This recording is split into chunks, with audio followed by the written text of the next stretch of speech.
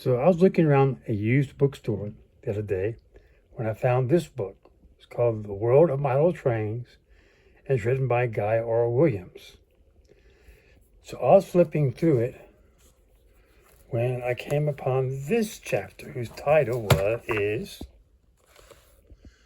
Clockwork, Friction, Steam, and Electricity. Now, most of us are familiar with the electric kind, which is powered by an electric motor. Electricity can come from either the tracks or from an onboard battery. Those of you who have been on my channel any length of time know I also love these little clockwork engines. They're powered by a spring. You wind the spring up, which on this one, of course, is right there. You wind the spring up, you let the brake go right here go, and off it goes.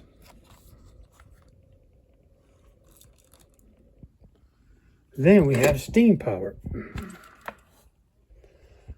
or live steam engines. And of course they work just like their real counterpart. You fill the boiler with water here.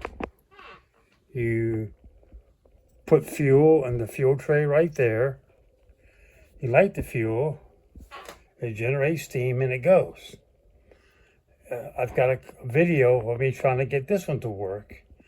And these main models were barely functional anyway. And this one's still having issues, so I'm still working on it. One source they don't mention, put this back, is of course hand-powered. And hand-power can either be towing a locomotive around on the floor with a rope or with your hand, or we got the wooden railways. And this one is made by a company called Whittle Shortline Railroad. It makes some really neat wooden railway trains that are compatible with all wooden railway systems. And compared to this Bachmann PCC trolley, you can see it's pretty realistic. But friction? What is friction power? Well, I did some homework, and it was originally patented by a man named D.L. Clark in Dayton, Ohio in 1897. He went on to form the Dayton Toy Company. Now, another of his employees named Schreiber went and formed his own company and basically made the exact same clockwork toys. So it became known as the Dayton Toy Group. His most famous engine was, let me take that back, his whole brand was called the Hill Climber. So he had the Hill Climber train, like this one.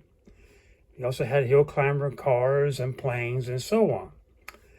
And they made friction-powered toys up till probably the Depression killed them off in 1929 or 1930. Then, in about the 1950s or 60s, with the rise of Japanese toy makers and the invention of plastic, you can get these little cars and planes and so on, where you take it and you just rev it up real quick and then let it go and it would just take off. Some of them had a plastic rope you would pull, which would get the wheel to spinning. You set it on the ground again and off it would go. So that's what a friction powered engine is. Now, so continuing my homework, I thought I would do a Google search for scale friction locomotive. Because obviously most toy trains are not to scale and nobody would claim that they are. But I had one hit for a scale friction powered locomotive. What could it be? Well, I bought it for $450 on eBay and it came in today. So when I opened the package I received in the mail, this is what I got.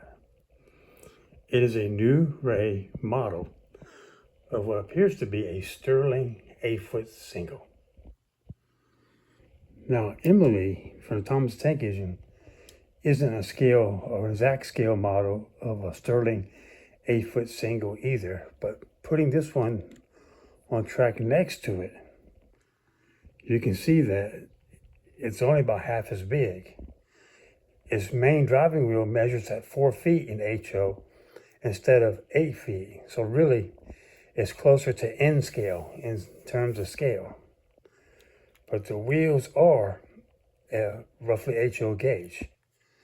So, how exactly does a friction engine work? Let's find out. So let's take a look at what a friction powered toy looks like inside.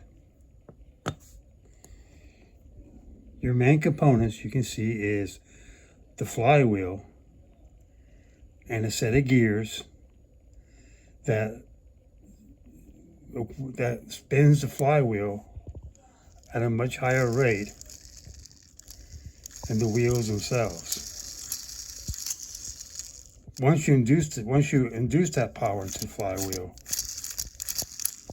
then the flywheel action will keep it going. Now, I noticed on this one that the wheel on the other side here is loose. So I'm going to put a touch of glue on it before trying to use it in any way. But you can see right there how the flywheel action works.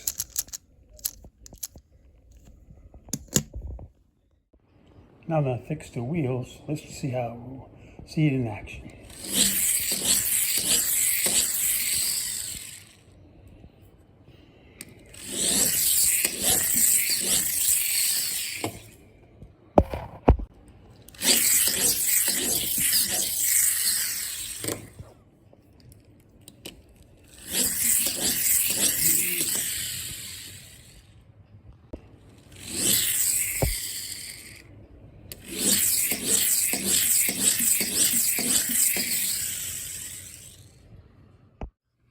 Now let's see if I can get it to work on the HL scale track of my Western layout.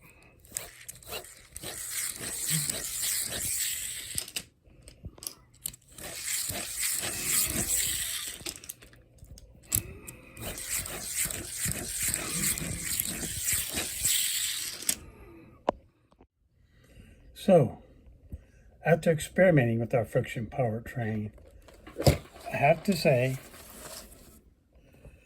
that I'm not sure it belongs in a book about model trains. Thanks for watching.